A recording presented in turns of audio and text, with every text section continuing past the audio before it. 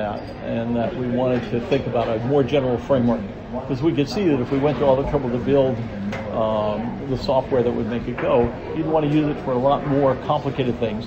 You might want two computers working together on the same problem. So you didn't want to have to keep re-engineering from scratch kind of thing. Right. And also, as a consequence of the fact that these were in themselves advanced research places that were doing interesting things, they provided examples of more interesting kinds of interaction, more interesting kinds of computing, more interesting kinds of research than if you just connected up a bunch of ordinary machines. So Sunday before last was the 50th anniversary of what's been dubbed the mother of all demos.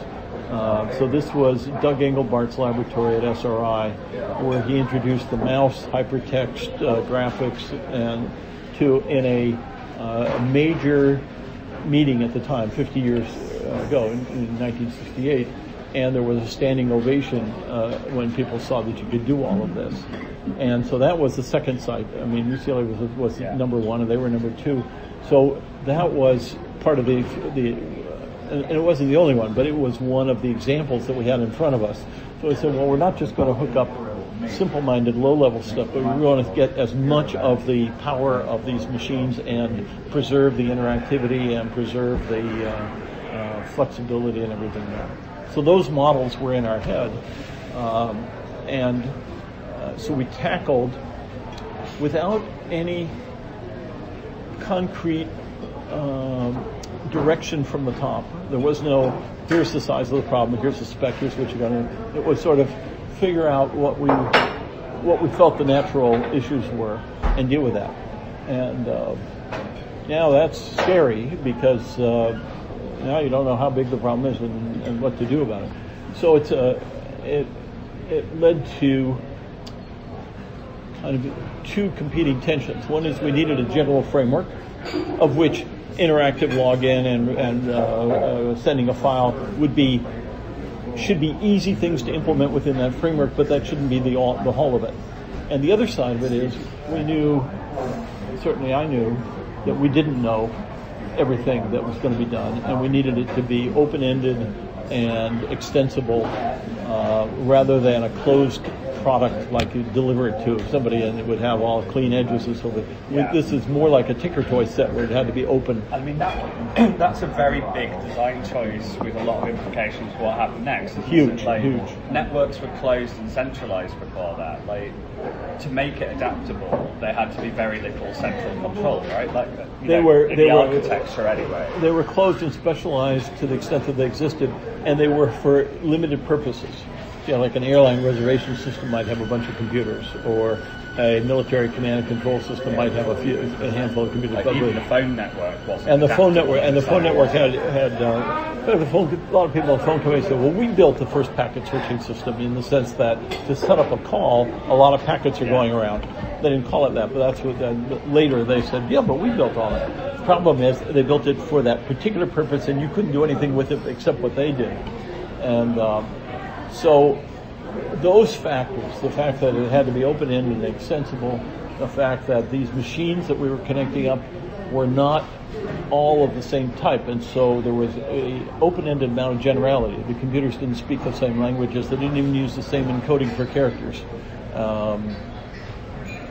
if you can believe that. So you type an A on one machine and it would come out with a certain bit structure. You type an A on another machine, it would have a different bit structure. And if you thought you were trying to move text around, then you would have to translate those from one coding. I'm getting a headache just thinking about fixing that. Like that.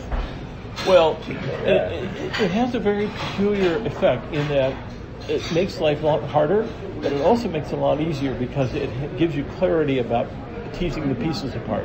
And so you say, well, the solution to that does not belong at the core.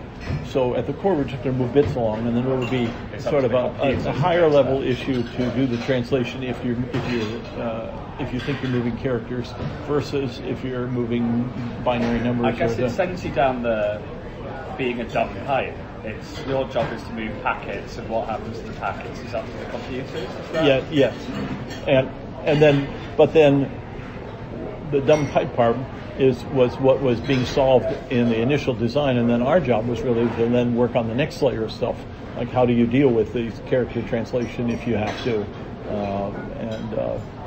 but that set of issues had not been deeply thought about prior to the commitment to build. And then they turned over the incidental detail of doing these connections, and as we plunged into it, we could see that there were a lot more interesting issues, and so we started to flesh that out. And as I say, in fleshing that out, we also knew that we were not going to solve all of the problems at one go.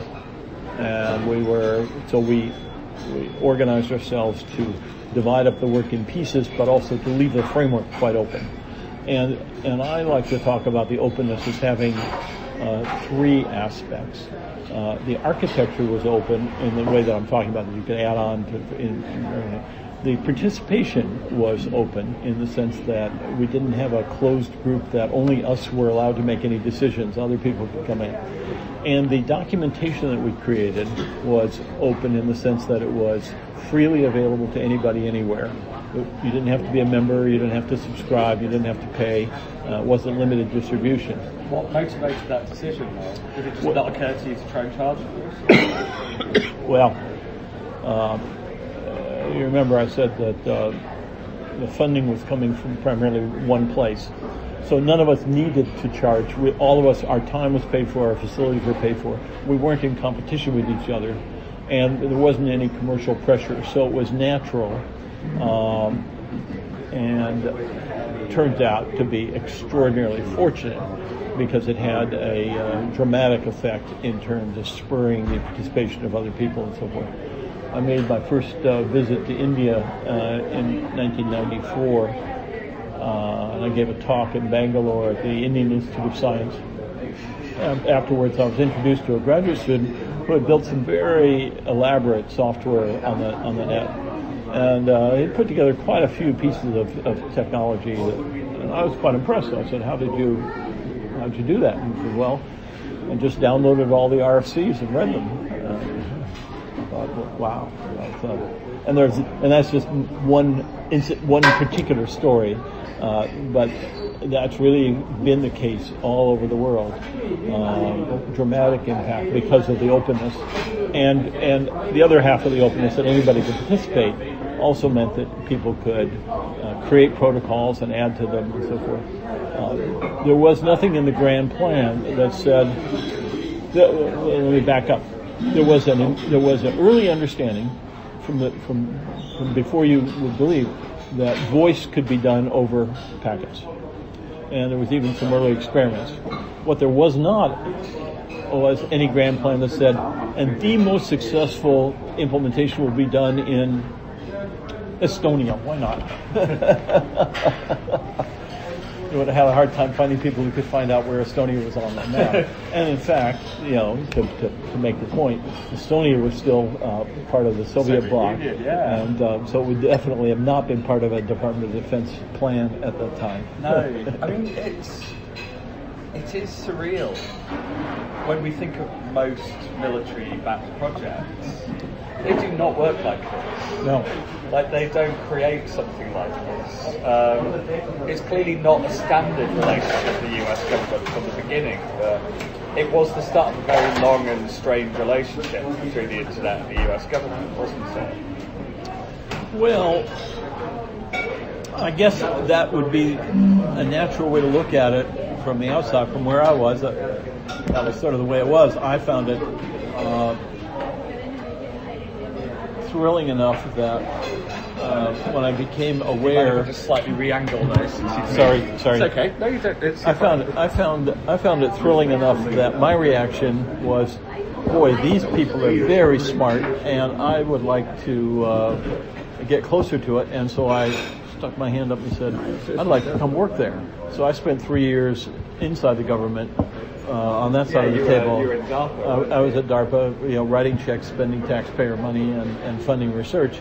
And did you ever get accused of creating mind control or any of that? I'm sorry? Did you ever get accused of creating mind control or any of that? DARPA's got a funny rep among some people, isn't it?